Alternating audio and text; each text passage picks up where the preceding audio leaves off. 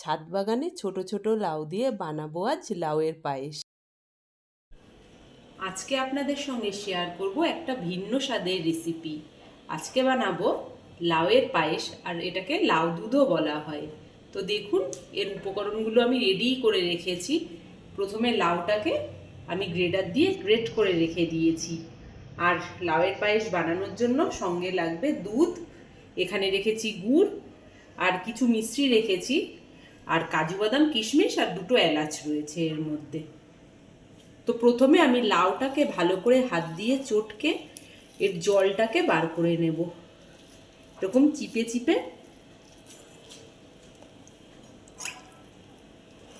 এরকম চিপড়ে চিপড়ে লাউটার জলটাকে পুরো বার করে নিতে হবে।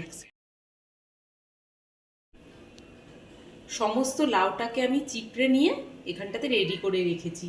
গ্যাসটাও জ্বালিয়ে নিয়েছি। এরপর কড়াটা গরম হয়ে গেলে এর মধ্যে দিয়ে দেবো ঘি। ঘিটা দিয়ে দিচ্ছি।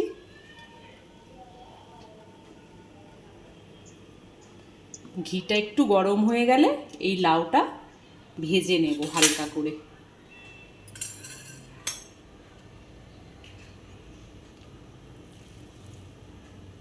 ঘিটা গরম হয়ে গেছে, গন্ধটাও সুন্দর বেরোচ্ছে। এরপর লাউটা আমি দিয়ে দেব।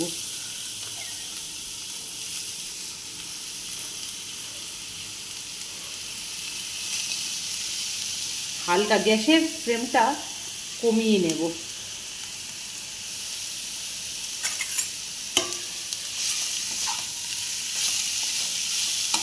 ভালো করে মিশিয়ে নিয়ে একটু ভেজে নেব লাউটাকে।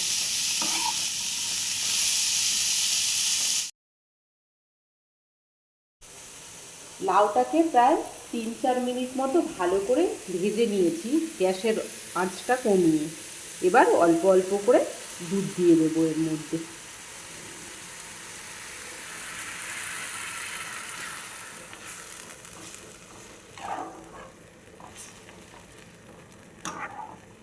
এই লাউয়ের পায়েসটা মাখা মাখা হবে, ঝোল ঝোল হবে না। আরও একটু দুধ লাগবে, তার একটু দুধ দিয়ে দিচ্ছি।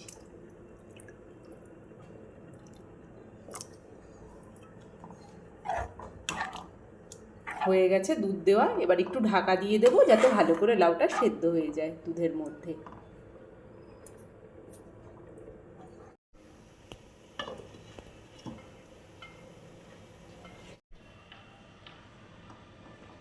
লাউটা সেদ্ধ হয়ে গেছে, এবার আমি ঢাকনাটা খুলে নিচ্ছি।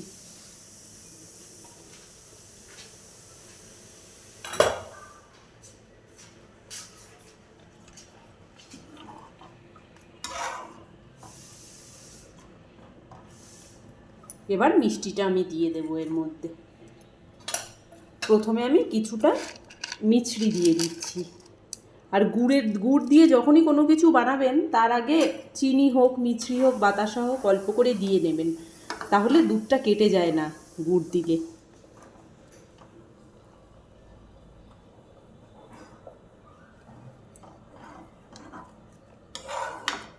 একটু নাড়িয়ে চাড়িয়ে এরপর গুড়টাও দিয়ে দেবো, সঙ্গে কাজু কিশমিশটাও দিয়ে দেবো।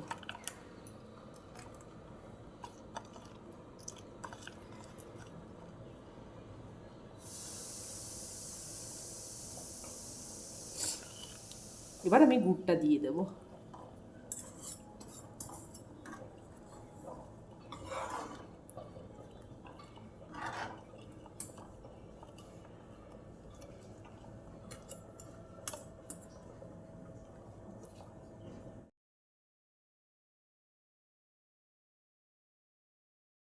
আর নাবানোর আগে দুটো এলাচ থেতো করে দিয়ে দেবো।